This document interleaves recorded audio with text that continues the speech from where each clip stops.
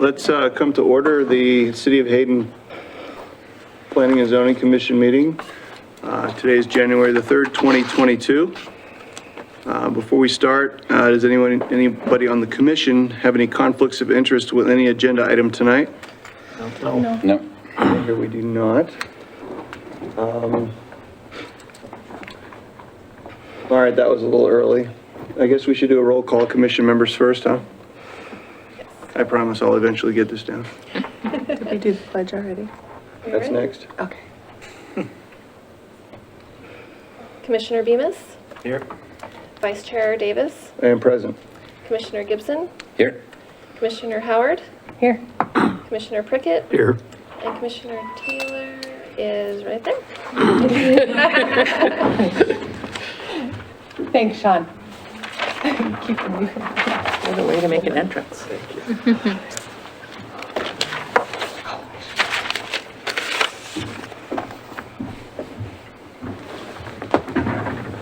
Good evening.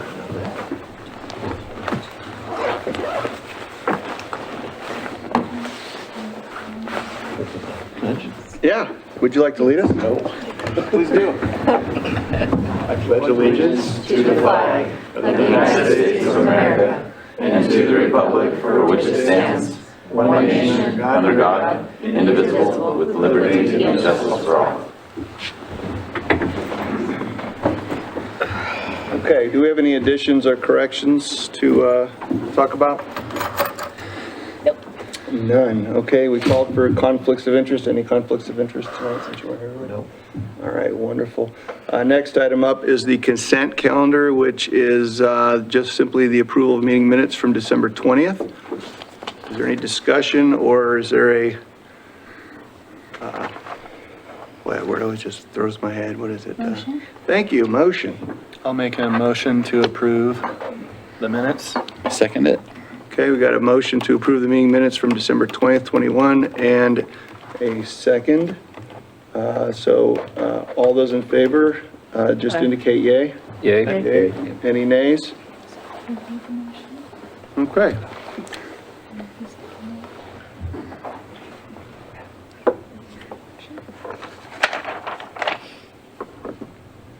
Are we ready to roll into new business?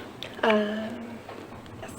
right, our first item of new business is the election of chair and vice chair. Is there a specific order these need to go into, Donna or Caitlin? No, just both need to be made by motion and a roll call vote. Okay.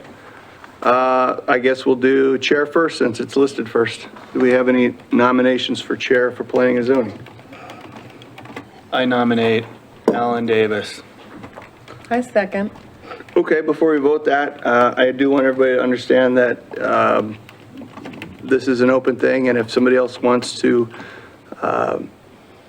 take the chair, it's okay with me. I wouldn't go away or I'm glad you're very humble about it. What's that? I'm glad you're very humble about it.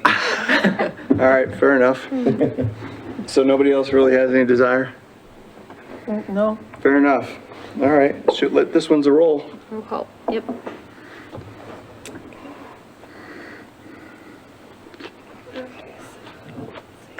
Oh, sorry.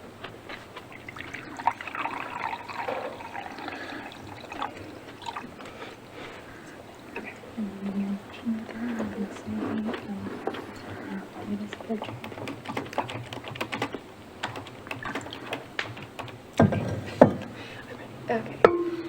Commissioner Bemis, Yes. Commissioner Gibson, Yes. Commissioner Howard, Yes. Commissioner Prickett, Yes. Commissioner Taylor, Yes.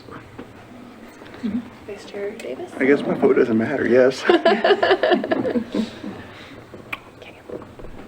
Okay, next one is the vice chair. Before we nominate, does anybody have a specific desire to fill that role?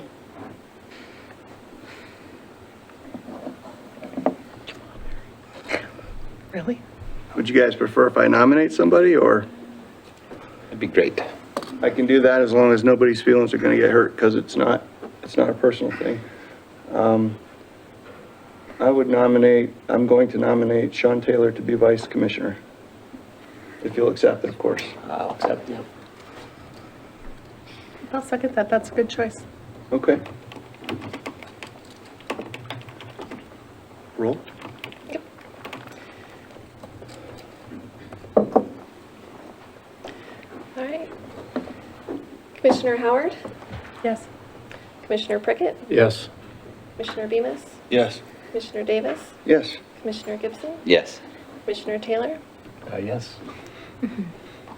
All right, everybody else dodges a bullet tonight, right? All right, that's done. I guess now we're gonna roll into our public hearing.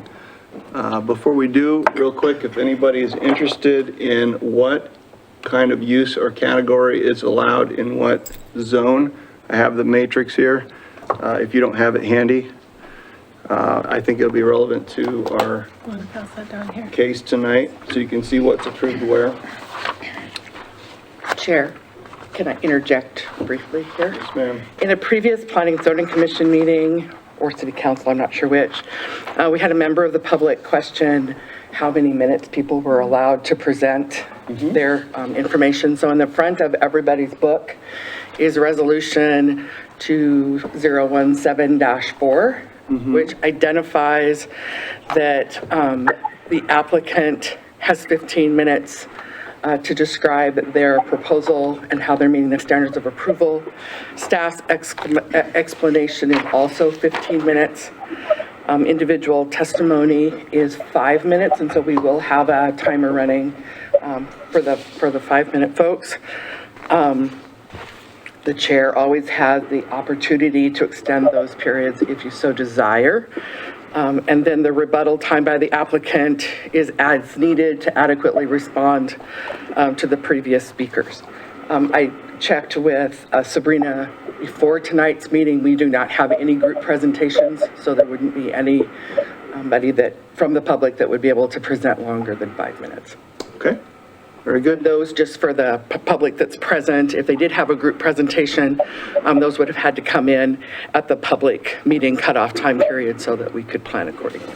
Okay, thank you, Donna. As we open this case, can we get everyone to mute that is dialed in, please? There's somebody, attendee, who's cranking up a little noise. And of course, anybody with cell phones, I'd appreciate them on buzz or silence or off. And I'm going to jump ahead of introducing the subject case just to ask anyone on the commission if you've had any ex parte communication with the applicant or the general public regarding the case. No. All right, Mr. Zach, would you introduce the case, please? Yes. Good evening, Commissioners. This case is a request for both a zone map amendment and comprehensive plan map amendment. I will briefly introduce it, and then the applicant will present, and then I'll follow up with a little bit of a review of the staff report for the benefit of the public. So just making sure everyone online can see me, I've shared the screen. And this request is for a property located along Prairie Avenue. Justin Starkey is the property owner and applicant. And just some background to start with. In May 2021, there was a citywide distribution of letters letting people know that if they wanted to change their zone to align with the future land use map in the comprehensive plan, they could do so. That was planned, but it ended up not happening. And so at this time, individual property owners are able to come forward with zone map amendment requests.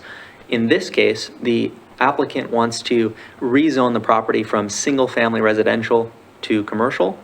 And because the future land use map designation is mixed use, they have to also amend that future land use map to commercial. So it's a dual request for both of those map amendments to get both the zone map and the future land use map to commercial. That's the request. Okay. And just to be clear, we are allowing or we're not allowing mixed use right now? Everybody can seek a request to be zoned, any of the zones that we have or zones that we call for. Okay. Yep. It is one of Future the plan zones. says mixed use, but applicant's asking for commercial. That is correct, yes. Thank And this lot is a little over 1.5 acres. It does have a single-family residence, and it is adjacent to Prairie Avenue, which importantly is under the jurisdiction of Lakes Highway District in this location. As you can see, it's adjacent to some residential uses in the north and the west. And then to the south is the city of Coeur d'Alene and some parcels of unincorporated Kootenai County. The applicant's representative from Dobler Engineering is here tonight, so at this time I'll turn it over to them for their presentation, and then we'll follow up with just a review from my end after they present. Thank you, Jack. Gordon? You're right here, and then you just press next when you're ready to go to the next one. Yep. Just- Thank you, Mr. Chairman, members of the commission. Gordon Dobler with Dobler Engineering. So, as you've been told, we're here for a comp plan and a zone map amendment. Current land use is residential, the current zoning is residential, but the future land use calls out mixed use. Mixed use does allow for commercial. I think this particular use that we're proposing may require a conditional use permit, but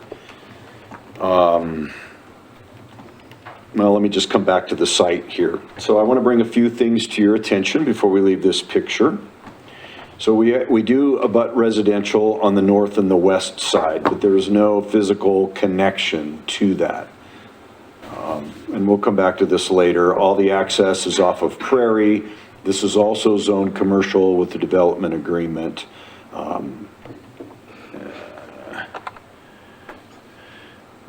As Zach said, it's a little over an acre and a half. Existing zoning is residential. There is a single family residence on it. Comp plan mixed use, proposed density isn't, that's not applicable. So here is the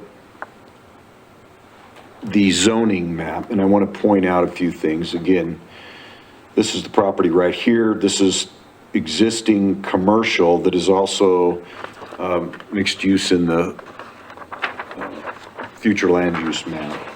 I believe I don't know that it's developed yet, and I believe it's got a development agreement on it also. Staff can clarify that. So we have two sides that's residential, but again, an important feature is we are physically disconnected from that. So the commercial, you're probably wondering why we're coming forward with commercial instead of the mixed use. There's a couple of important reasons. And one of them is after some discussions with staff, could be some long-term benefits, depends on how you see it. It's a little bit quicker, which is important to us. Time is critical on this project. But the main reason is that the commercial, while the mixed use allows commercial uses and high density residential, the commercial doesn't allow that. So, you know, as the owner, it's our feeling that the high density residential is probably not really well suited in some respects. Certainly frontage on an arterial would support that, but the use that we're proposing is going to be a daycare, as you know. And it's just, again, the owner's feeling he wants to stay away from the high density residential. So that's why we're specifying the commercial rather than going with the mixed use.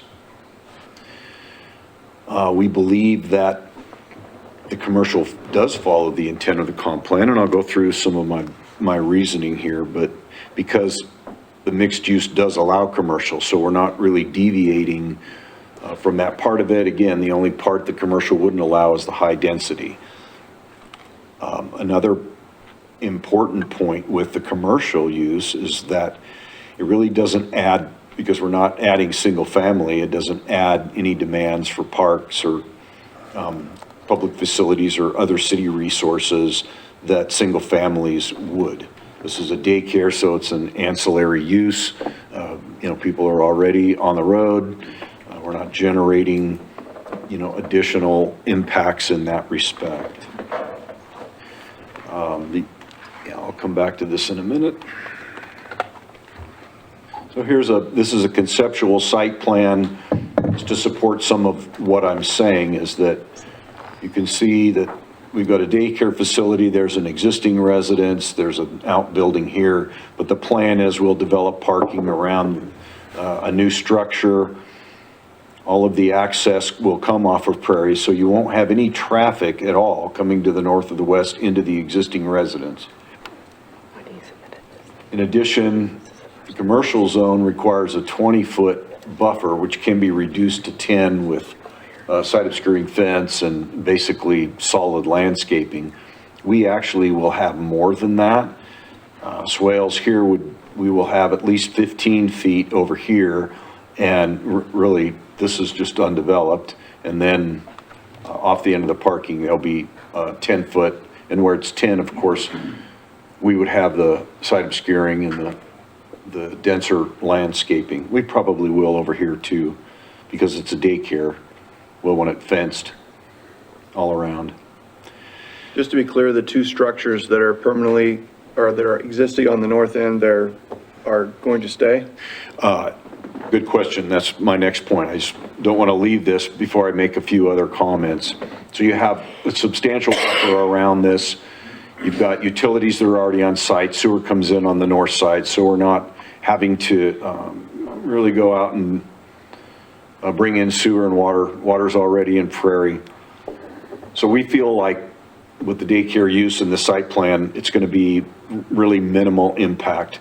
Also, with daycare, they have limited hours. They're not open weekends. You know, they're not open at night. So we think the use is not only compatible, but it complements the neighborhood. I mean, everybody that has kids needs daycare, and we want to put one, you know, close to where the customers are coming from. So to your question, yes, these will stay. And this is the existing residence right now, and I want to take a minute to expound on that, because we would be asking for, I'd have to defer to staff, but I think it would end up in a development agreement. But so we want to continue the residential use, which is not allowed in the commercial, but we want to continue it for probably 2 years after the certificate of occupancy on the initial building. And the reason is, I mean, realistically, we need to get this up and running. We need to generate, you know, some business, some cash flow, then, so we can use that then to convert this and relocate the existing residence, which is the Starkeys. So we would propose that we're asking for that residential use to extend really 2 years after the C of O, gives time to get what we need to be done, and then it will convert it into classrooms. But Donna, that's not part of what we have to decide tonight, correct? Separate action? No, sorry, I shouldn't just jump in. If you rezone to commercial, they cannot have residential on that property. Yeah, I Right. understand So that part. part of but the development agreement- Any development agreements is outside of planning and zoning. Right. And I apologize. No, that's an approval. That's part of you. Of our approval. Yeah, that's part of your approval, is a zone development agreement on the property Okay. that if, as a condition of rezoning to commercial, no more residential use can exist on that property. We don't allow for it in our code. Okay. And I can go into greater detail on that development agreement aspect of this in my presentation, because it will be an integral part of Yep. whatever you decide to recommend. Thank you. So if you decide to rezone a commercial, we fully expect that, and would ask for it. Okay, so we think we've got a good fit. We think the impacts to the neighborhood are really minimal for several reasons. There's no traffic that would go through the neighborhoods. It's all going on to Prairie. We've already talked with Lakes. We're aware of what they would be looking for access. There's no problem there. And again, we think the commercial versus multifamily is a better fit with this use, because it doesn't drive any additional demands.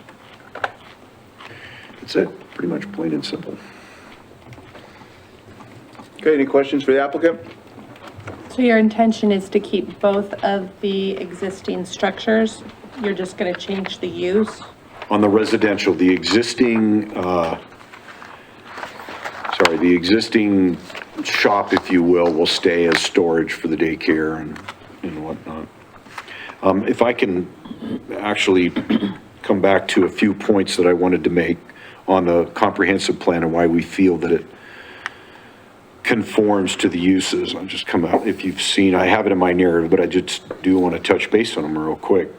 So the goal 3, some of the goals of the comp plan, goal 3 is that maintain an attractive and balanced mix of land uses, densities, and housing types, ensuring future character of the community.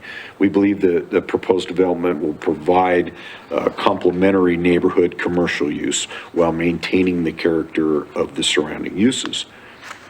Goal 7, provide a balance of commercial uses in designated areas throughout the community. We believe that the proposed use, which drives the zone request, daycares are in great demand, and we believe that it would provide a much needed use. Ensure all development can be serviced by existing public facilities or be extended to the proposed development. As I said, sewer's already on site, water's adjacent, so, and it can be. Has capacity to serve it.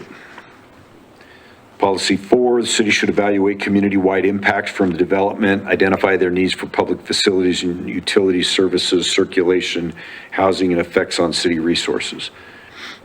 Major impact from what we're proposing is transportation, which is met by the abutting Prairie Avenue. It's 5-lane, I believe it's major arterial, classified. Certainly has the capacity, and again, direct access would be approved by Lakes, and they, in their letter, if you don't have a copy, they list some of the things they'd be looking for. We've read that and would be discussing those ongoing with Lakes Highway District. Policy 11, promote nodes of development and density in the downtown strategically along transportation corridors. This commercial zone is appropriate on the arterial because, again, because Prairie is high capacity road. You know, we feel that that's a better fit than residential that would face a high traffic arterial like Prairie Avenue. We think the commercial is a better fit. Policy 12, encourage rezoning and zoning text amendments to support the creation of strategic nodes, higher density development, and transition nodes between residential and industrial. We believe that this commercial is a good transition between really the arterials and that activity and the residential, especially with the use that we're proposing. Now I'm done. Okay, questions, commissioners? Nothing? Nothing, Sean? I'm a little confused as to, I hear you talking about wanting to go commercial because you're concerned about high density residential, but going mixed use, you could still do the exact same thing that you're doing. Is it for the potential of future use of that land? What would be happening to it if somebody decided to tear down the childcare facility? That's part of it, yes. Okay. The owner, I mean, for future uses, yes. And it's also a quicker, you could do it in the mixed use, but I believe it would require a conditional use permit. So the timing for that is longer than the process that we're proposing. And again, that's a factor. So it's both of them. Got it. I just needed clarification. Yeah, good Thank question. You. Yeah. Any other questions? All right, so my question is similar, and correct me if I'm wrong, right now the land is R1, right? Yes. Residential, and we can have daycare in residential up to 12. After that, it's a special use permit, so pushing aside future potential land approved land types, why not just do a special use or conditional use permit, keep it R1 and put in the daycare as it is? Because it'll be more than 12. Right, but you can do that with a conditional use permit, correct? Again, so it comes back to, you've got a future land use map that calls it mixed use. Right. Not comfortable with that. I'm gonna pull up the use table for everyone to see, because And also residential. We don't feel that the residential is the right zone to dump out onto Prairie. Even though we would come through with a special use permit, the process is easier if it's a use by right. Okay, thank you. Anything else? No, thanks.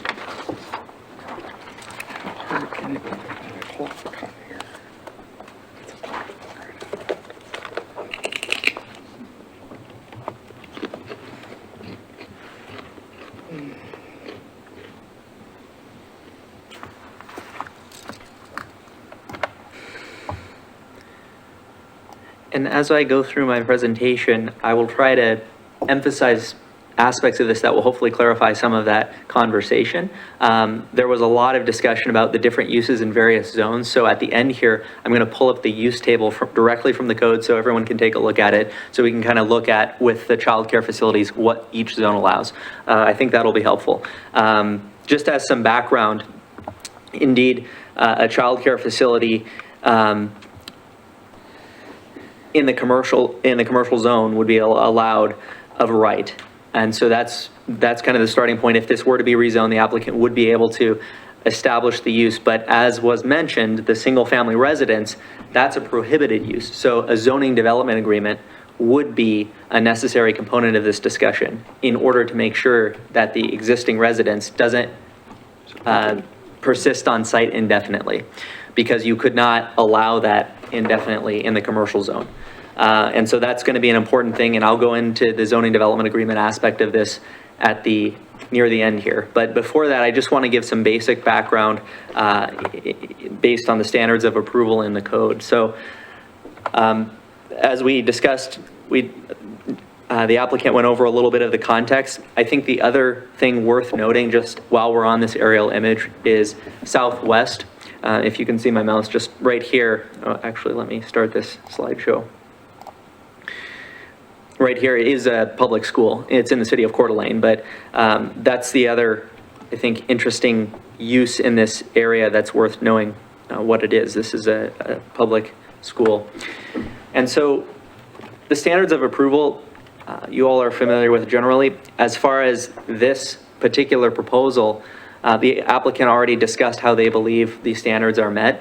Importantly, while staff doesn't believe that additional analysis is necessary at this time, one of the comments from Lakes Highway District, who, as mentioned, has jurisdiction over Prairie Avenue, is that a trip generation letter would be required, and there are some conditions that would need to be met in order for an approach permit to be issued to allow ingress and egress onto Prairie Avenue. And so that could trigger a further traffic impact study, depending on the results of that analysis. And there may be some improvements to the actual road that would need to occur. One of them that was explicitly mentioned by Lakes was an extension of the median, the concrete median that exists there today. And I'll go into a little more detail when I get to the agency comments, but that's the first standard of approval. And then the second one relates to both the comprehensive plan, that's the third one. This is really about public health, safety, and general welfare, and the narrative that the applicant provided, as well as their presentation, explained why they believe this is a suitable use in this neighborhood. Now, it is a major arterial, that's true, a high traffic volume, and the other thing, based on the configuration of this parcel, is that access is only able to be gained off of Prairie Avenue. The existing residence built in 1989 currently does gain access off of Prairie Avenue, but the applicant believes that the childcare facility would contribute to the needs of the community and be suitable for this location, and also believes that this proposal is consistent with the goals and policies in the comprehensive plan as they stated. Now, the comprehensive plan future land use map, which is just one component of the comprehensive plan, does designate this as mixed use. Now, in order for it to be zone mixed use and actually be able to exercise that type of use on this property, you'd have to go through the same zone map amendment process. It just would not be an amendment to the comprehensive plan.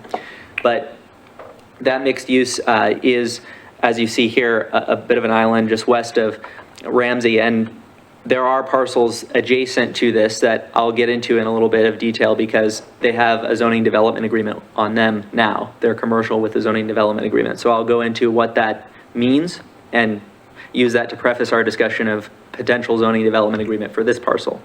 So that's the future land use map, but there are goals and policies, the comprehensive plan, that are worth considering. Now, these are what were in the staff report, and for the benefit of the public, I've displayed them here. I won't go into detail on each one, but consistent with the commission's request that we kind of identify a few goals that may be relevant or more worth considering based on the particular details of the request. It may be worth looking at maybe number 4. This is development of land that is within the city, and based on the fact that it would be an intensification of the use, it could be looked at as infill development. Number 7, it is important to provide a balance of commercial and residential uses while importantly protecting the character of adjacent land uses. So that will be a consideration here as well. And then 8 is crucial because public facilities, including things like traffic, impact and things like that, making sure that those are adequate. And this parcel does have, access as mentioned onto Prairie, but there would be that approach permit process with lakes. So that would have to occur for any future development, regardless of whether it's a childcare facility or some other commercial use, should the zone map amendment be approved. And then as far as policies, it is maybe worth noting that number 12 talks about rezoning specifically in support of strategic nodes, higher density development, and transition zones between residential and, in this case, industrial uses. Now, there aren't any industrial uses in this particular location, but this is a rezoning request that would intensify the use. It wouldn't become higher density necessarily because there wouldn't be any residential component of what is being proposed. But again, these are in your staff review. I just wanted to point a few out consistent with what you had requested. And I'm happy to answer questions about those at the end here. This is just an overview of the 2 zones, the one that exists today and then the one that is being requested.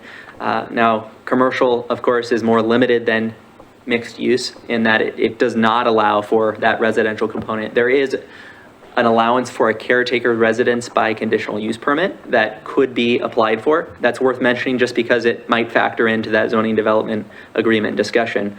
But overall, commercial uses are non-residential. Now, for the zoning, the existing zoning is residential and it is part of a plat, North Ramsey Estates. It's a platted residential lot. To the east are 2 parcels that were rezoned to commercial, but they have zoning development agreements. And just briefly, that's a tool used to put conditions on a zone map amendment. Now, there are legal bounds on what you can and can't condition, but these 2 properties have limits on the type of commercial use that can occur, the building height, things of that nature, in order to make sure that whatever is developed there that is commercial is suitable for the surrounding area. So those are existing, and I bring them up only because that tool will likely be necessary for at least the residential component and addressing its phasing out. But it could be a tool that, if you're interested in looking at for other constraints on the site, we can also discuss. And this is really the time to do that, especially since the applicant mentioned that request to retain the residential use on site for a limited time period. Zach, related to that Yes. plot, or that plot of land to the east there, Yes. when did that get moved over to commercial? I don't remember that. It was a while ago. So the one P&Z, on, or did it go right through city council? it was 2005 and 2008. So there's 2 zoning development agreements. That was a long time ago. One on each parcel. Yeah, it was a while ago, 2005 and 2008, and those recorded agreements run with the land. So while they're under different ownership now, it's still relevant today. Zach, can I also ask, they have the development agreements on them, for them to be commercial. Is there any commercial activity happening on them at this time? No, let me go to the aerial just because it's a bit obscured on that. The eastern parcel is undeveloped. I believe it's for sale, or I've seen signs out there passing by. And then there's just a residence on the parcel immediately to the east of the subject property. So they haven't been developed in accordance with the agreements yet. Okay. And then real quick, since we've got a pause here, I might have misheard, but I thought you said that a group child care center, 7 or more children, is disallowed on R1. I've got on my chart here, which may be out of date, that it's allowed with conditional approval. Yeah, it is allowed with conditional approval, yes. And since we're on that topic, now might be an appropriate time to pull that up as part of, let me get this out of here. As part of our discussion, we talked about the uses, and just for the clarity of the public, I can pull this table up here because it may help. So let me go, what I'm looking at here is in the Hayden City Code, it lists allowed uses in each zone, and it lists those that require a conditional use permit, and then it lists those that are prohibited. And the blanks mean that it's prohibited, and I'm scrolling now to the, It's towards the top of my printout. yeah, it was, I passed by it while I was talking. And while we're on that, can you comment or clarify for the commission? The applicant spoke of expediency, that they wanted to go commercial. I'm still, I guess, confused why the city wouldn't just push them towards a conditional use permit on the current R1. I realize mixed use is an option, but it's, so far, no one's applied for it, no one's enforced it. So, you know, rubber meets the road. We're R1 today. It's allowed in R1. Why not just do, is it that much more lengthy, more difficult, more costly? No, I wouldn't say it's more difficult necessarily. It would be an approval process, and the standards of approval would have to be evaluated. But as you see here, R1 zone does allow for someone to apply for a conditional use permit for a group childcare facility. And certainly at the pre-development, I believe that was discussed as a potential option. It is the option of the applicant to decide whether they want to go that route or request a zone map amendment. I would say that there are pros and cons to each, depending on the future goals of the applicant, as well as, from your perspective, what can happen if you go one route versus another. Now, if you go a conditional use permit and decide to grant one for something like this, it would be bounded by what was approved. The only use that could occur outside of uses permitted of right in the zone would be that conditional use permit authorization for, say, a childcare facility. Yep. But in the commercial zone, unless there was a zoning development agreement that specifically limited the use of the site to something like a childcare facility, it would potentially open it up for other types of uses in the future. So that's an important distinction. And I don't want to kind of speculate beyond what the applicant provided in their presentation as to why they chose one over the other, but that hopefully clarifies it a little bit. Yep, and just continuing that logic, if it was rezoned to a mixed use down the road, it would, then there was a daycare center on there, wouldn't it be grandfathered? In other words, it wouldn't be forced to change anything. It would just open and close different doors for what could be developed on in the future, correct? Yeah, so you're saying if it were rezoned to commercial now and then rezoned later to mixed use? No, Or kept- rezoned to mixed use Yeah, instead? if it was R1 right now, daycare center goes on, down the road, the city decides that's mixed use now. It's not going to disrupt the childcare center, correct? Correct, because as you can see here, mixed use actually has the same criteria in terms of what is allowed, and it does require that conditional use permit. Whereas the commercial just allows a right, any group childcare center subject to, of course, commercial site plan standards and all agency requirements. So, Correct. And so therefore it'd just be grandfathered. In other words, they wouldn't have to reapply for another conditional use permit. right, Potentially, they would, though. Would they? it depends. Because conditional use permits not only are conditioned upon that particular use, but they're also tied to the site plan that was approved at the time the conditional use was approved. So if you were to say, and this is a relatively large site that's probably going to be developed in phases, most likely. So one of the reasons that part of the pros and cons is that if you migrated this toward a commercial zone, then they would treat it as a phased site plan and they'd be able to morph that site as necessary as it grew. But if they moved it toward a conditional use permit tied to a specific site, they'd have to come back and amend that conditional use permit every time that they did their particular changes as it morphed, as it grew. So that's part of the reason that they're migrating toward the zone map amendment versus the Conditional use permit. conditional use permit. That's what I thought, just checking. Has Thanks. its own constraints. Thank you. And I think that probably helps clarify. Again, this is what we're talking about, and you know, we've gone over the mixed use zone, the R1 zone, and the commercial zone, but happy to talk about the use aspect of this if needed. Zach, Yes. while you're still there, or you're fine with where you've gone. If we started with the conditional use, how difficult would it be for them to come back when they were ready to morph the site to grow, to then ask for it to be zoned commercial? So in terms of difficulty, again, it would be the same approval process, so the city council would ultimately make that decision. So it would depend on public input, it would depend on what was proposed at the time, whether it, and the city council, individuals on council may have different opinions depending on who's on council at any one time. So I can't say how difficult it would be, but they could certainly request a rezone even if they were granted a conditional use permit. And the other thing to mention is that conditional use permits can build in phasing as long as it's specified in the approval of the conditional use permit.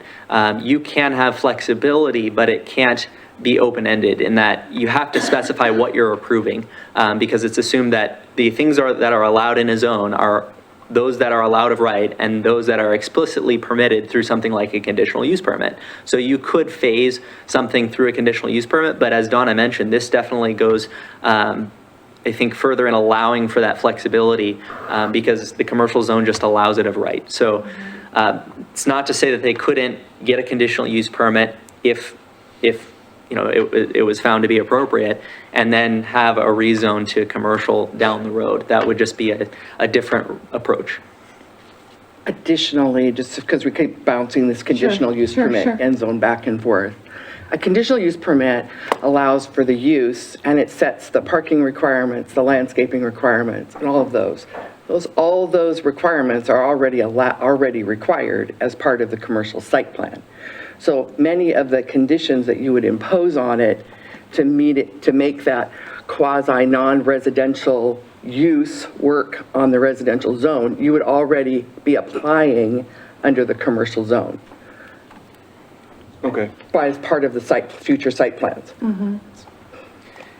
And just to piggyback on that, the consideration really for a rezone shouldn't just be limited to the kind of bouncing back and forth between changing a zones or just the conditional use permit and the difficulty. The consideration is the zone change that's requested, was it in accordance with our plans? What is the neighboring, what are the neighboring properties? Is what we have that exists on the property today, or the changes they want to make in line with our plans. Thank you. Yep. Yeah, because the zone map amendment would be a permanent change as far as opening the door to whatever use was allowed in the commercial zone and not precluded by a zoning development agreement. So that's where you do have the flexibility through the zoning development agreement. I'll get into that, but on the site plan standards that Donna brought up, the infrastructure such as all of the utility, sewer, water, parking, lighting, landscaping, all of that will be addressed through the site plan permitting process. So if this were to be rezoned, the applicant would then come back to staff, have a pre-development meeting, start from the beginning to discuss the site plan that they exhibited, and then with engineering and planning, go over what would be required. They would submit an application, and they'd have to show how they are complying with all of those aspects of site design in accordance with code. But again, I don't want this to be focus so much on the childcare facility that it loses sight of what Caitlin just mentioned, that, if you were to allow this to be rezoned, something could happen, the plans could change, and it could be used for something commercial other than a childcare facility, as long as all these standards were met as far as site design.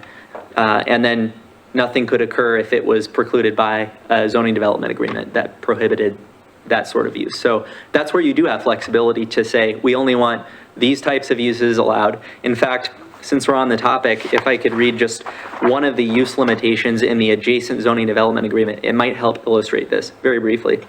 So the use limitation on the eastern parcel is that the use of the above described property shall be limited to uses allowed in a commercial zoning district, except for a gas station, a bar or tavern, a restaurant other than a sandwich shop, a convenience store.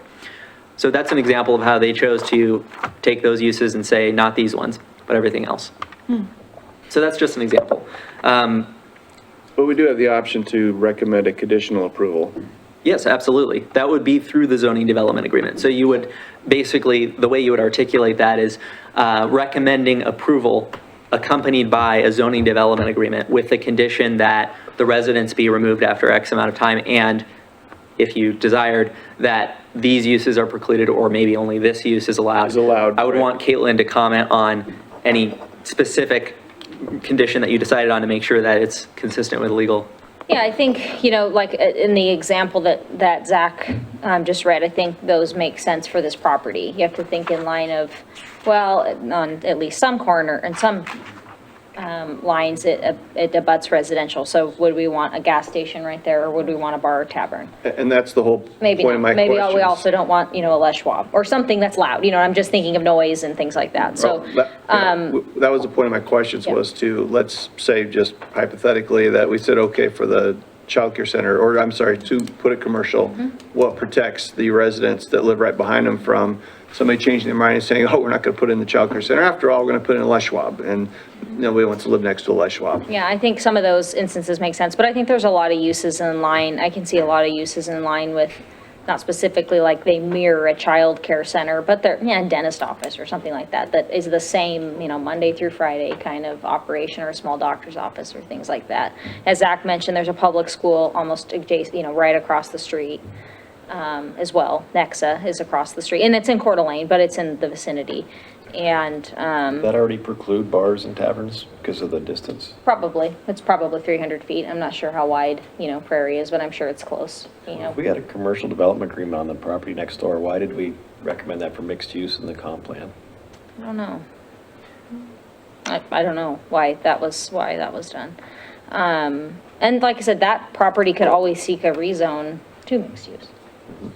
That's still on the table for everybody. Any property within the city is still allowed to seek a rezone, with it. But since we have it as already as a mixed use currently zone, you wouldn't have to zoned. do a comp plan amendment, you just have to do a zone Zone change. map amendment. Yep. Whereas if we had already had a commercial, well, I mean, if that's neither here and there, but it seems like we should have made this corner commercial in the So, future land use map. I mean, just speaking to that question, mixed use allows for both commercial and multifamily.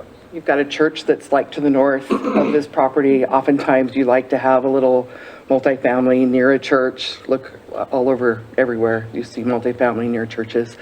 So, you might want some multifamily there. we You give them might more want some options. commercial, you might want some options of choices. So mixed use affords you the ability to have choices.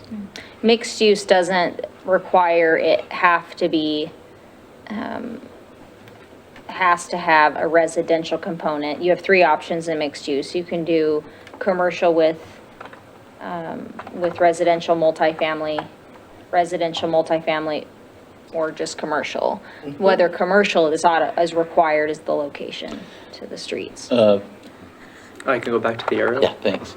The church, what's the zoning on the church?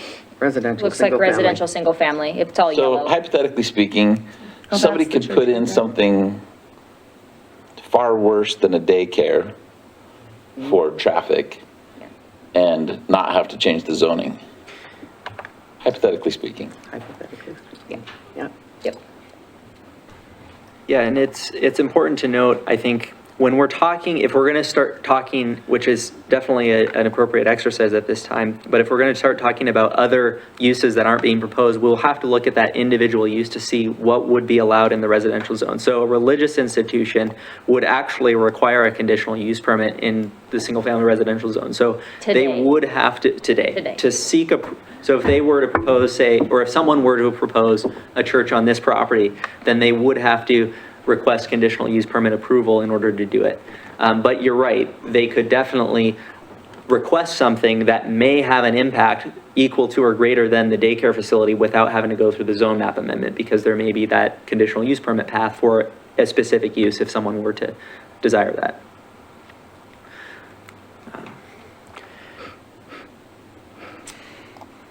And so I think, just wrapping up here, because these are good questions, most agencies didn't have any comment or objection. Coeur d'Alene Airport did request a navigation easement, which is a very standard request at this sort of juncture here. And then Department of Environmental Quality just provided some general standards that would have to be met. Lakes Highway District is the one that as we've already discussed, will have conditions. And so, as the applicant mentioned, they'll be working with Lakes Highway District to satisfy their approach permitting requirements, anyways, even whatever future development. So if it were through a conditional use permit, they'd still have to work with Lakes to get that approach permit. So that's independent in a way of this specific request. It would be necessary for any intensification. But importantly, I want to get to the public comments here. We did receive 4 written public comments, and we may receive more testimony tonight, but 3 of those were opposed and 1 was neutral. Concerns that were raised included concerns over noise, traffic impact, and property values. You have the comments in your memo, so those were available to you. And I'm happy to answer any questions about any of the comments that were received. Before getting to those standards approval, this is just another aerial image showing the intersection of Prairie and Ramsey here, and this existing residential neighborhood.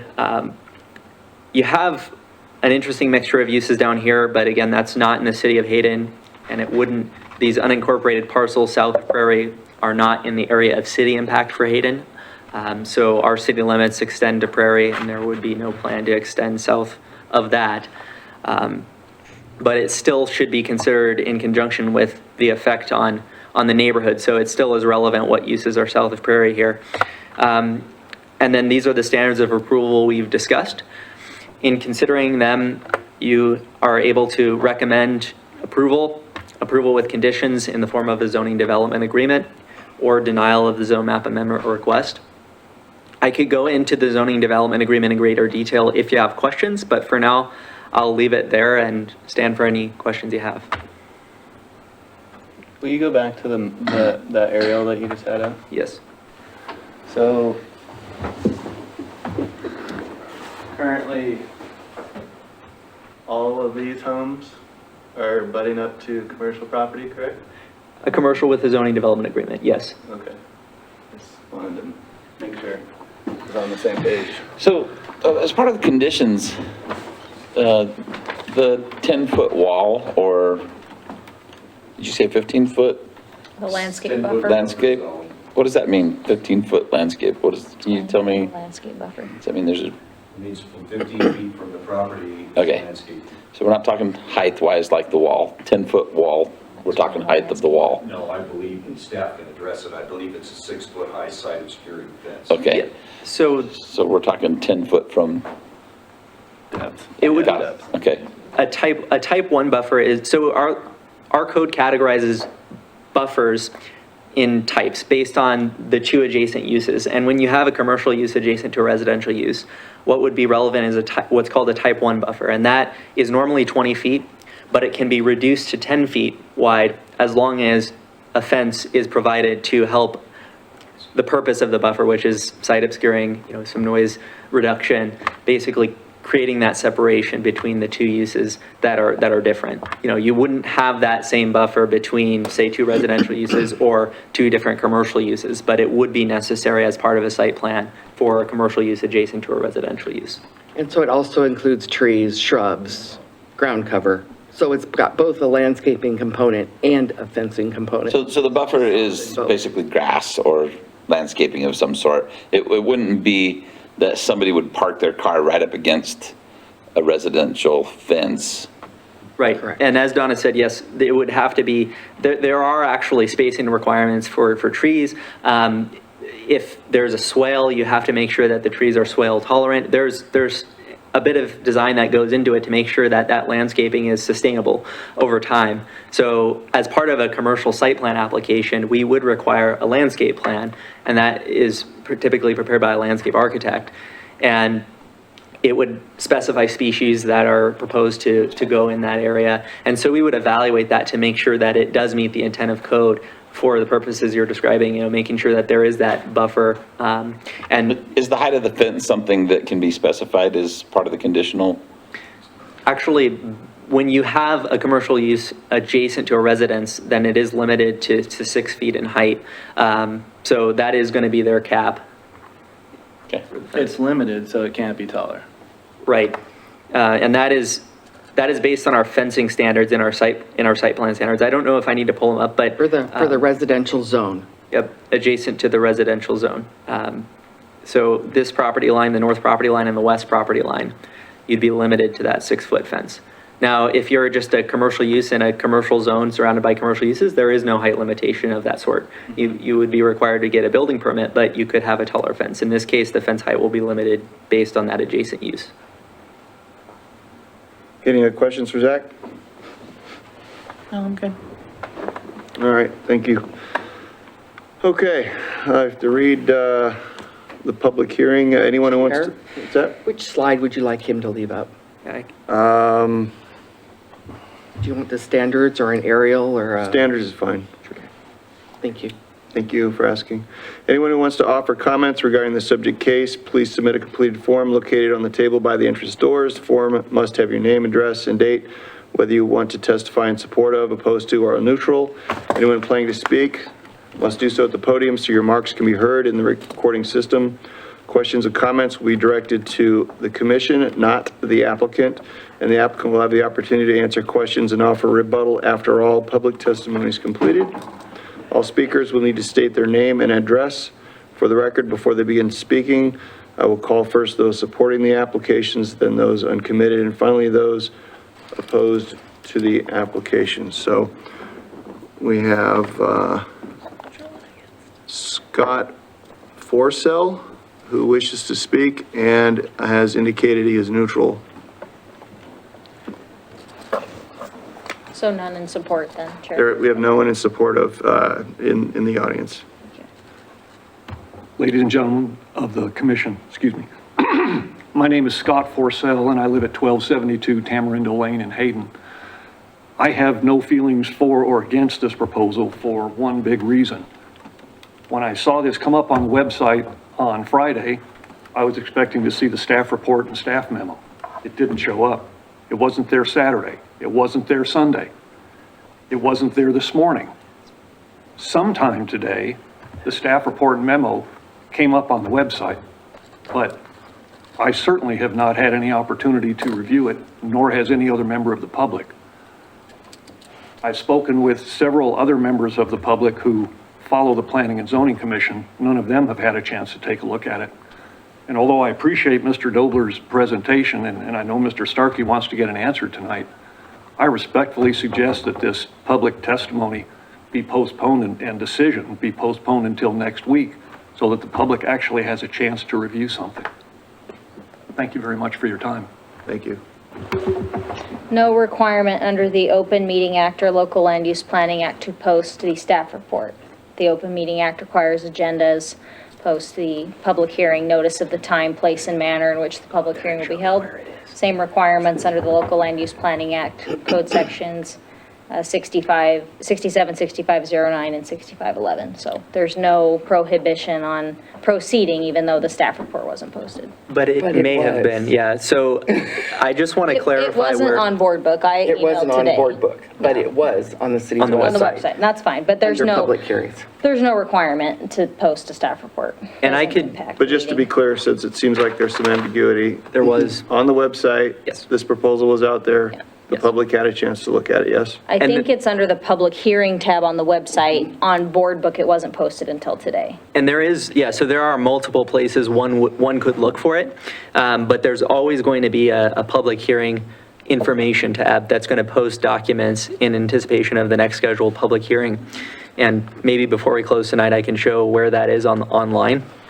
But it was posted on there, and I can't speak to board book. It sounds like it wasn't on board book. It's not. But it was on City of Hayden ID.us website.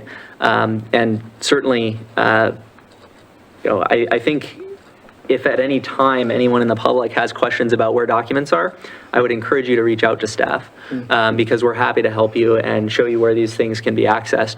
We agree that it is absolutely crucial that you have access to this material and have a chance to review it. Sure, and just for clarification, board book is still fairly new. In other words, legacy agenda items have always been on the website. You continue putting them on the website. Okay.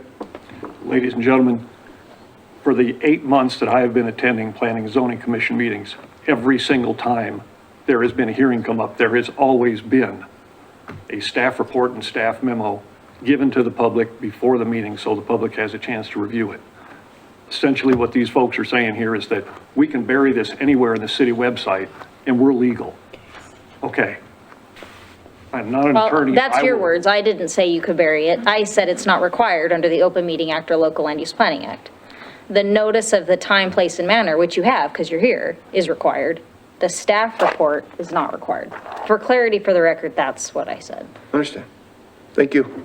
I'm stating that the city can bury this on the website, or at least put it on a place where they're familiar with it, but none of the rest of the public is familiar with it. Is that right, or is that not right? Thank you very much. Okay, up next, we have Fern Rogers, who wishes to speak and is against the proposal.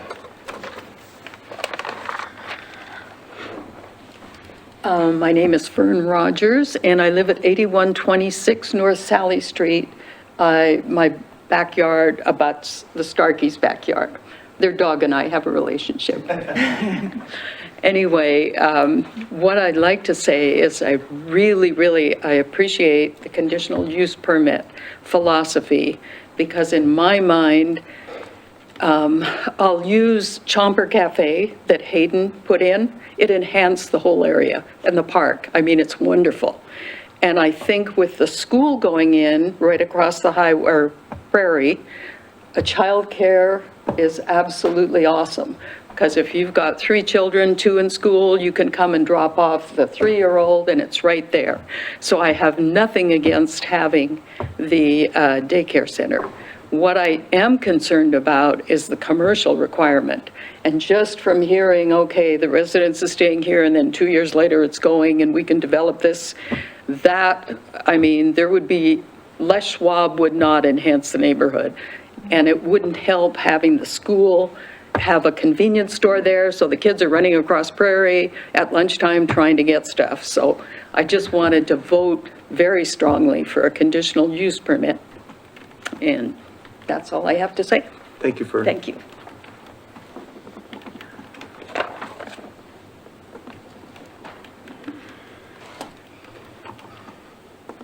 Okay, I think we've hit the point where the applicant can offer rebuttal. And do we have anyone else that wants to speak?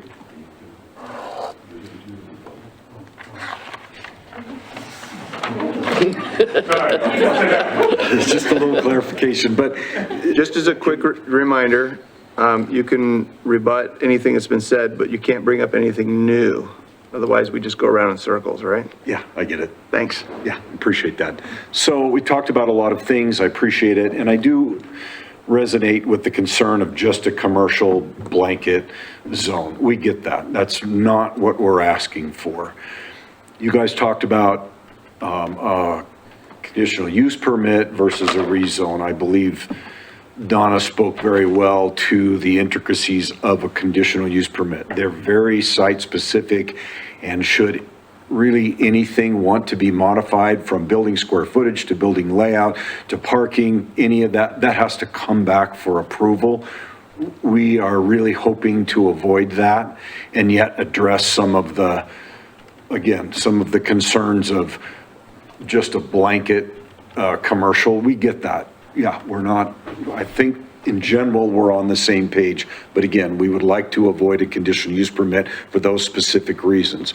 So we've talked about the commercial with the development agreement. We would expect that. We even explored a little bit of, well, what else might we put in there to further address future uses?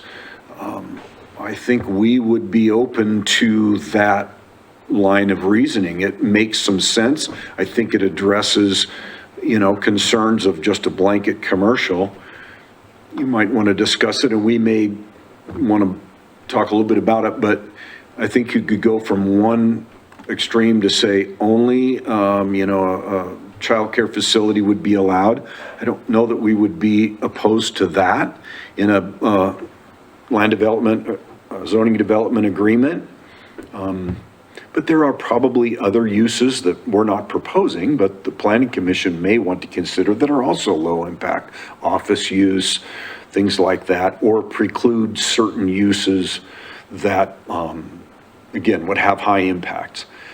It seems a little complicated right now, and I'm not sure where that discussion would go, and maybe staff could provide some clarification, but, perhaps the simplest would be if we move forward with if you were to approve this with a zoning agreement, development agreement, just a simple restriction to a childcare facility would solve that. I think it would address everybody's problem. It would be restrictive, but, perhaps should other uses be proposed, they could come back and amend that. I don't know, staff might have to speak to that, but I guess I just want to say, we would certainly be open to it. We think it's a win-win. It serves our needs, and I think it addresses the concerns of the residents. Okay. Anybody have any questions for the applicant?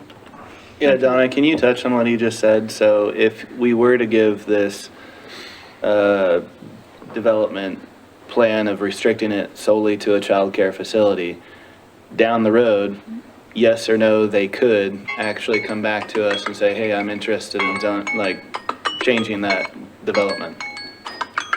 Yes? Sorry, my timer was still going.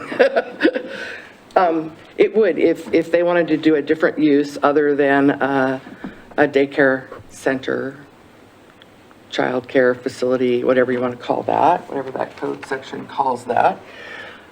If they wanted to do a different use other than that specific use, they would have to come back in and do a zone map amendment as well.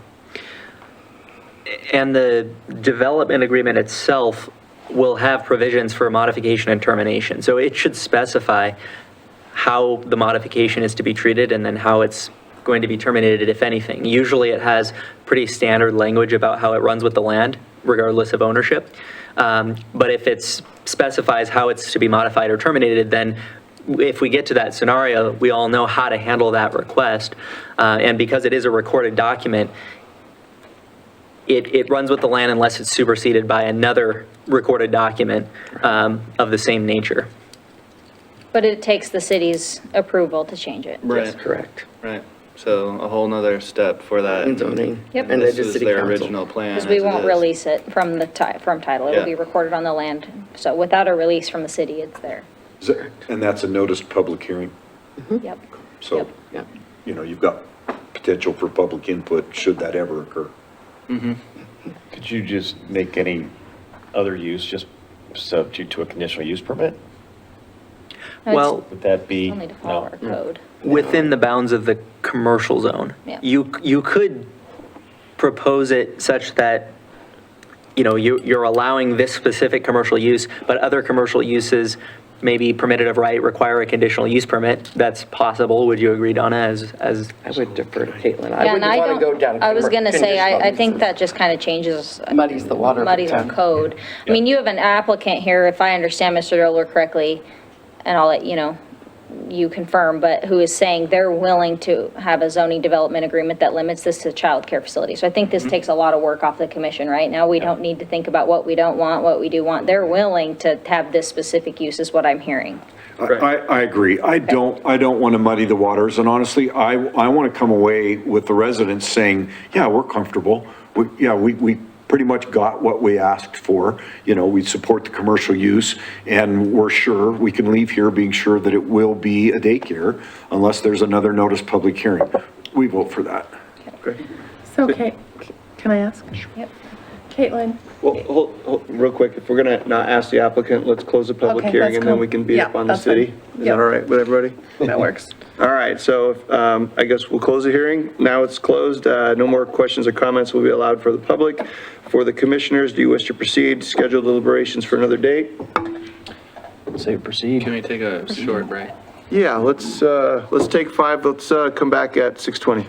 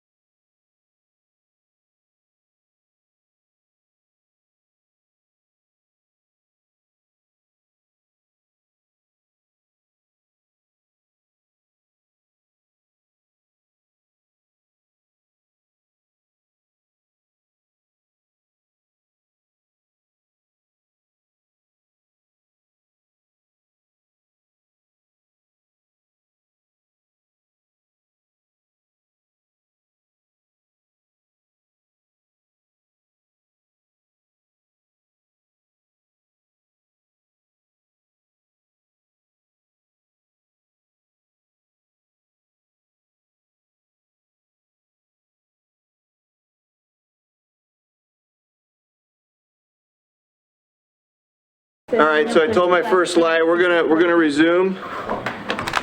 So I ask everyone to respect the meeting here. So we left off with wishing to proceed or schedule deliberations for another day. And if we proceed, obviously we can ask the city whatever questions we need to. So do we want to proceed? Yes. Yes? All right, no objections to proceeding. So please let me know your thoughts. Where you had a question for me. I did. Uh-oh. Maybe it'll come back. I don't remember what it was now. Okay, okay. Okay. Shall we just go down the line? I don't have any questions for Caitlin. Or thoughts on deliberation? Or thoughts on our deliberations? So also, I'm sorry, Ben, I should interject. We had this recently, and I just want to remind everybody that on a request for a comprehensive plan amendment and a zone map amendment, we take in deliberations the comprehensive plan amendment first. So the analysis of whether or not we want to amend the comprehensive plan, yay or nay, and then whether or not we want to amend the zone map. And the motion can be combined, but there are cases that talk about the deliberation needs to be specific in the order. So I just wanted to remind you of that. Okay. Do you have anything to start with on the comp plan? Yeah, I do. I actually think that a commercial, let me do that differently. I think that mixed use with the possibility of multifamily up against the fence of the single family isn't a good idea. I agree. I think that that would cause a lot more angst if it was in my backyard than I would a quiet, low-impact commercial right behind my backyard. So I would be agreeable to changing the comp plan on that. Okay, what about the zone map amendment? Yeah, I'm good with that too, because I think, again, with the development agreement, and I think that's what was the question I had. So if we put a childcare center, are there state laws around a childcare center on what would be compatible or not compatible in that same area? There's a state licensing for childcare facilities. And so 12 children or more has to follow state licensing for that kind of childcare facility. So we get to decide the land use designation of where those facilities, we want them throughout the city, but the state licenses them. And so they have to meet state licensing to even open and things like Right. that, yeah. But Your question of, is it truly a childcare center or is it a private school? That's up to, I mean, it has to meet the definition in our code of what we define a childcare facility as. Does that make sense to you? Yes, Okay. and my additional concern that I don't think is a concern, and that is with childcare licensing, that in itself is going to limit, if they wanted to further develop the commercial aspect of the land, that is going to have more bearing on what they could put commercially in the same area. I would assume so. The applicant, just because I say assume because I'm not familiar with all of the intricacies of a state license through the Department of Health and Welfare, but I would imagine so. Also, the applicant has just said they're willing to have that zoning development agreement designate that they can only use their property for childcare facility. So they aren't going to have like a restaurant behind it. They're not going to have a coffee stand. It's just, that's what they are offering, is saying that they're okay with using their property. Yeah, if they're making it specific to children, then it's specific to the safety of children, and they're not going to be able to invite others that might inhibit that. And they're not going to be able to have other uses because it'll violate their zone development agreement. Right.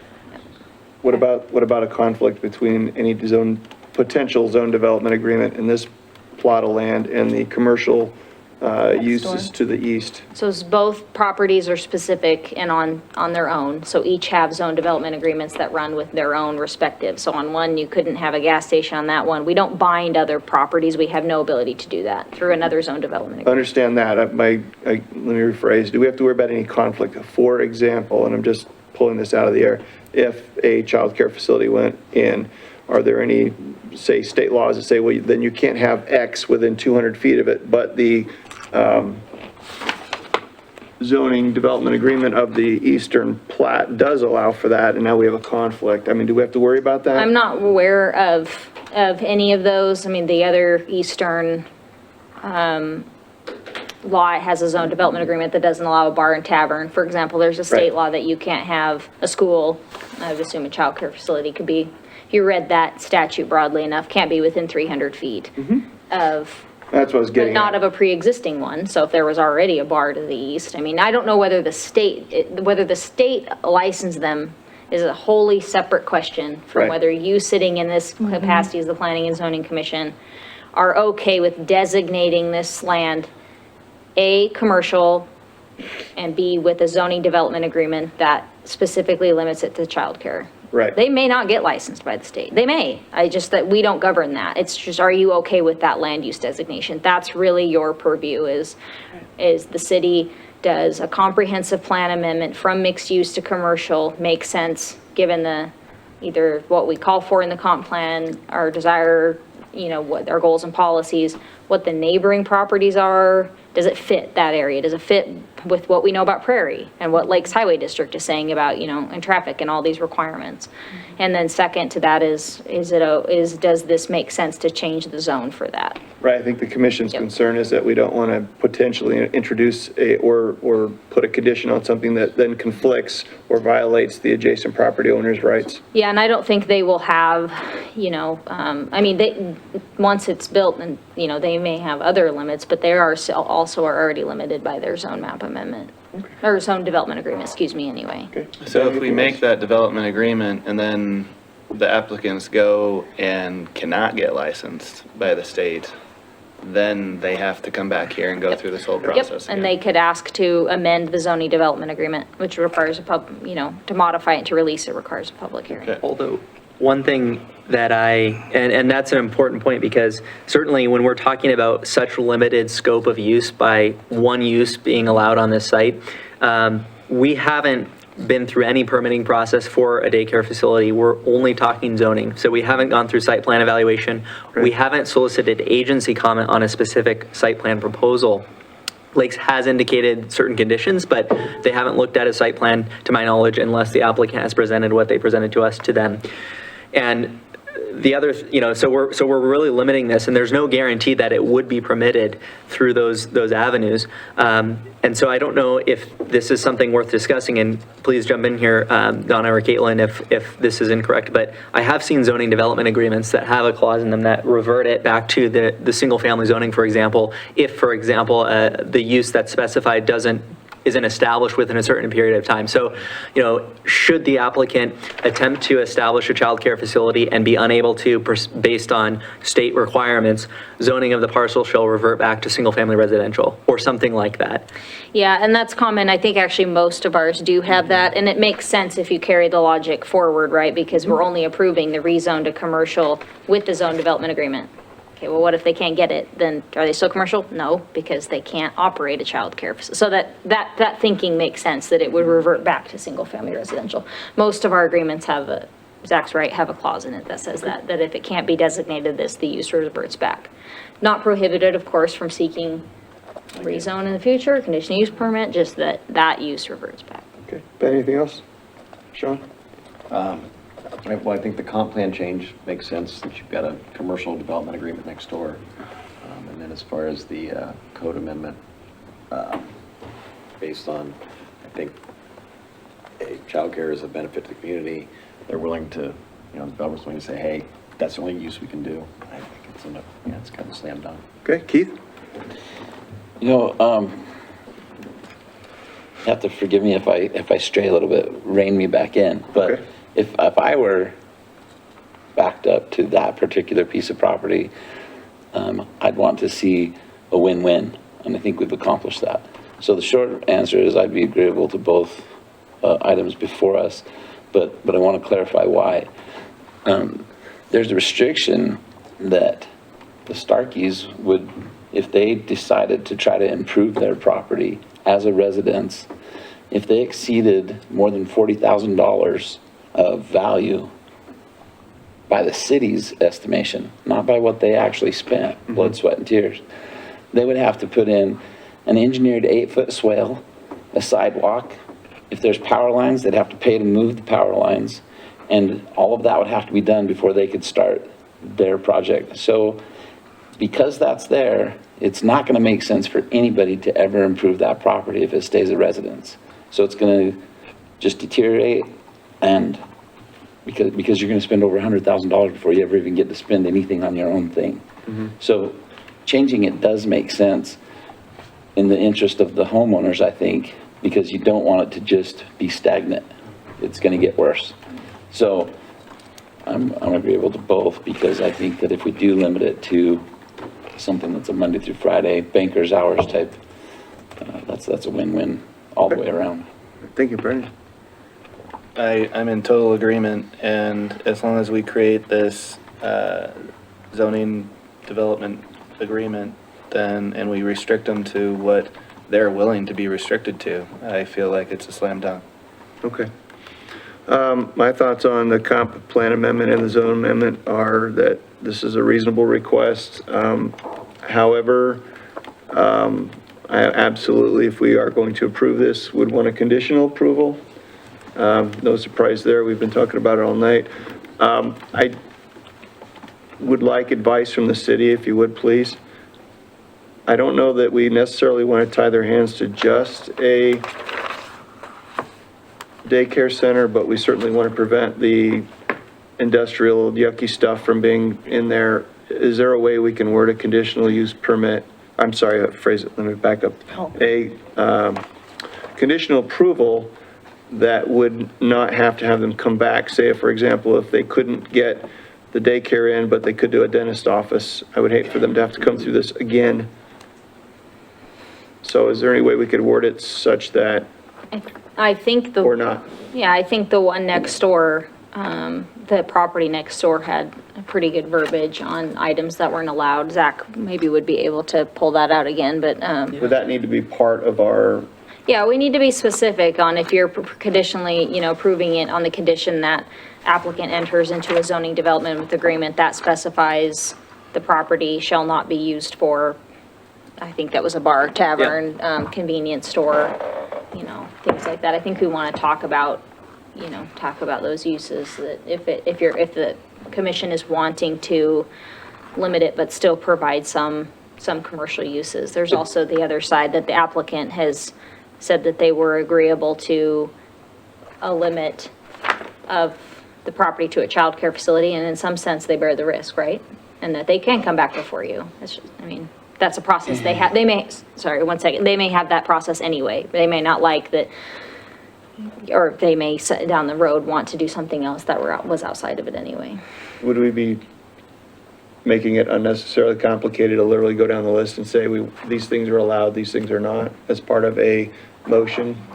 I think if the commission is wanting to weigh having more options for them, but I wouldn't do it just for fear of another public meeting. The applicant has said they're agreeable to doing that. So I think you have to weigh if you think other uses are qualified in that area with the zone itself, like the commercial zone is allowed. Yes. So, trying to be fair to both sides, the homeowner and to the business, there's an expense to drawing it out to the development. And if this doesn't get developed, then there's a downside to the homeowners. This needs to be developed in a way that's a win for the homeowners and for the business, which I think we've accomplished, except for in the instance that, let's say, the daycare folds, and we have a stipulation or some type of requirement that it's daycare only. If we instead, to your point, went through and said low impact use comparable to a daycare would be acceptable, then we protect the homeowners because they don't want a derelict business sitting there, getting vandalized, not being able to be used because no other person wants to put money into a daycare that already failed once. Yeah, and I think, to your point too, it goes in line with the adjacent property, right? That although it's undeveloped, has a zone development agreement that allows for a variety of uses. I think you can do both. My comment was just weighing for the commission. That's your job, is to really, you're the judges here, so you do need to do the weighing of what's more beneficial. And there may be some other low-impact commercial uses that could be beneficial in the area. Yeah, like office use and dental and Yep. things like that. Yep. And the zoning development agreement example that I read, it said everything except, and then listed things that can't be allowed. It could also be phrased in, nothing except, and then uses that can be allowed, and you can certainly specify which ones. I think that the important, to the point of, what's been said is we should specify so that if we are presented with a site plan, it can be interpreted in a manner that is fair. What we wouldn't want to happen is have language in there that's subjective, and then we have to interpret that in a way that makes it seem unfair to adjacent property owners or the property owner. I think the best path forward is to be as clear as possible with the restrictions if you do decide to impose them, so that it's, any layperson can read it and know exactly what is and what isn't allowed. So to the commissioners, there are just so many doggone allowed uses or conditional uses in commercial. I think personally, it would be too laborious to list these you can, these you can't, and I don't know that we're buying ourselves anything. So my personal thoughts are to approve this conditionally just with the use that's being proposed, even though we realize that the installation is not what we're here to debate. It's the comp plan amendment and the zone amendment. And with that, I'll be quiet, and you guys, if you have more to say, great. If somebody wants to make a motion, that's great too. There actually is one other aspect of this we have not discussed yet, and that is allowing the residents to remain for no longer than 2 years. That's true too. Yep, we have to, that is one requirement, certainly, if you change the zone, is we have to. It has to be included in it. Could we not just have some simple language instead of going through the laborious process? Could we not just have something that's comparable, low impact use? Could we not just say something like that? I think that's a subjective that he's. Yeah, that's the part Let's where let staff. we don't want somebody suing the city because in their eyes. Gotcha. So in conversation with the applicant, when we were doing the residents' conversation, what we had proposed is that they would propose a length of time that they wanted to have it. Commercial does allow a caretaker residence to occur by conditional use permit, so we wanted to add language in the zoning development agreement that allowed for them to remain in the residence for whatever that time frame was that they said. And that should it remain a residence, then they would have to request a conditional use permit to allow it to remain on site. And all that would have to be part of the motion, right? Commercial code. Pardon me? All of what you just said would have to be part of our motion, right? Correct. Yes. Okay. We could take a stab at what we would look to see as far as being low impact commercial cruising through here that we could propose to the commission at the next. You could Planning and Zoning continue Commission. deliberations. The only thing that I would say is that we don't have another meeting currently on the books for this month because of the holidays on the third Monday. So in the essence of, continuing to move his project forward, and I would respectfully request maybe a second meeting this month to finish this particular project. I think I'm ready to make a motion. We wouldn't add anything, any other agenda items to that meeting agenda. We wouldn't make noticing anyway. Okay. So does anybody have more discussion or a motion they want to make? I'm prepared to make a motion. Let's hear that motion. All right, I propose that we approve the comp plan amendment to commercial zoning. And I make a motion that we allow a development agreement in place for specific to a daycare or a childcare facility. That there is also an additional restriction that the existing residential use will be allowed for a period of 2 years. And if it needs to be extended, there will be an additional conditional use hearing to extend that use. And I believe that is it. Okay, so we have a motion. Do we have a second? I'll second that. And Caitlin, before we do a roll, anything that we need to Yeah, clarify? can I have some, maybe, do you have a clarify, I have a question to clarify. I have approve a comp plan amendment to commercial, and then I just want to clarify that it's also in that same motion to allow rezoning of the property to commercial, subject to a condition that the applicant enter into a zoning development agreement with the city on the residential use, limiting it for 2 years. Yes. 2 years after the The occupancy permit is issued. occupant's C of O is issued on the daycare center, Thank correct? And also that it's in there that the use, the only approved use currently is as a Gotcha. childcare facility. Because that's what they're asking for. Okay. Can we take a roll? See if we like that or not? Yes, we can. Commissioner Bemis, Yes. Commissioner Gibson, Yes. Commissioner Howard, Yes. Commissioner Prickett, Yes. Vice Chair Taylor, Yes. Chair Davis. Yes. I didn't know who that was for a second. Keith. Keith. Yep, seconded. Okay. Next item on our agenda are any reports? I just had a couple. The Mabry annexation was approved by the city council at their last meeting. It'll go forward for written decision, annexation agreement and ordinance at their next meeting. The other two zone map amendments were denied. One for Aspen Homes, mixed use, from commercial to mixed use by Aspen Homes was denied. And the one from residential single family to mixed residential. Mr. Fazolio entered into, our code allows the applicant, should they not agree with the Planning and Zoning Commission's recommendation, to add a letter to the council pleading their case or suggested changes. He did so and said that he would limit the density to two. Two units. To 2 units on the property. It was still denied for Was that that the mixed one on residential zone. So Dakota? that was the one on Cuff Road. So did city council support our recommendations then in both Well, cases? your recommendation was to deny flatly Right. the mixed residential. He was going to reduce the number of dwelling units from the 4 that were previously Oh. proposed to 2 On the dwelling cul-de-sac. units for the whole, and it was still denied. by So the yes, city they did council. support us. Not in both, though. They- You said, did city council support us in both recommendations? Right. The other recommendation for Aspen Homes, you recommended approval and they chose to deny and they it. denied Yeah, it. I was that, what was the reasoning? Yeah. There wasn't a lot. The deliberations were very brief.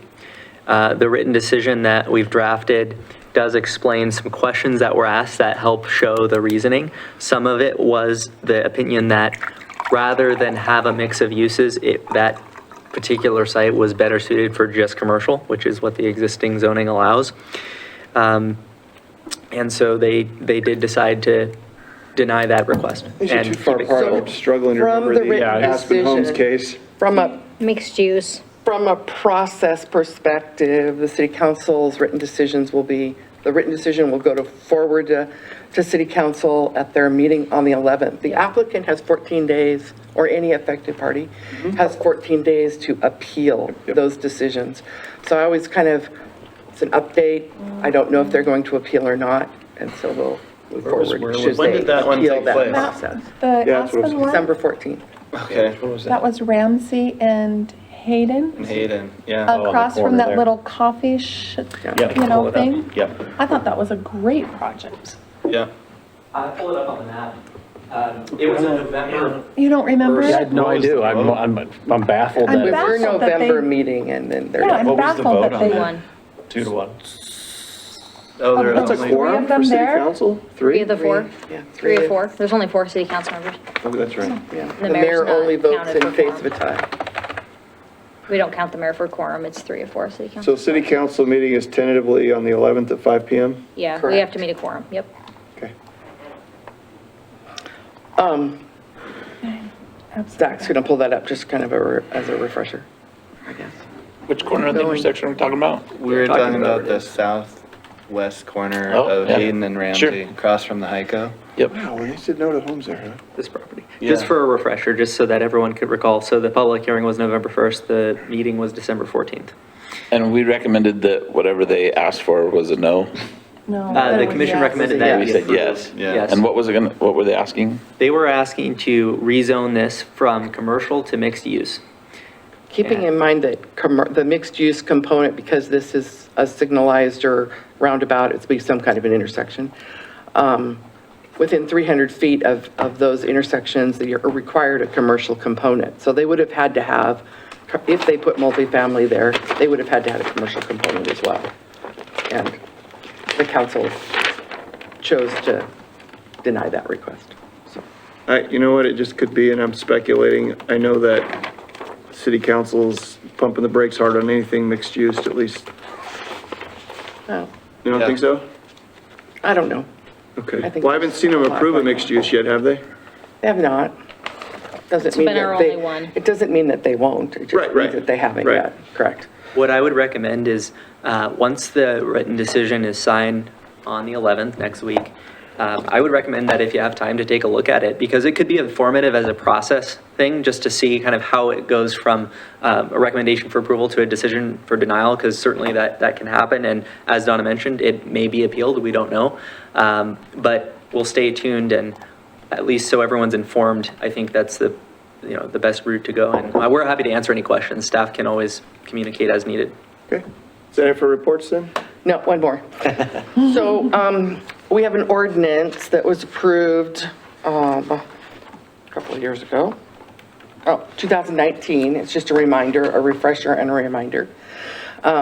We had a couple of commissioners that got drastically close to not being on the commission anymore due to missing meetings. So every meeting we have is on go-to, call in if you aren't going to be here. But I just respectfully request you guys, we really have a great commission. I'm glad you're all here tonight, but I would really appreciate it if you came to all the meetings. Of course. And can you remind us what that percentages or numbers, if you? So it says Three quarters, you gotta that be here 3/4 of the time. any commission member who is absent from any series of 3 consecutive meetings, which in the case of planning and zoning is 6, or 6 with planning and zoning, or who fails to attend at least 75% of such regular meetings in a calendar year shall be deemed to have resigned from their commission, and city council will be notified of the vacancy.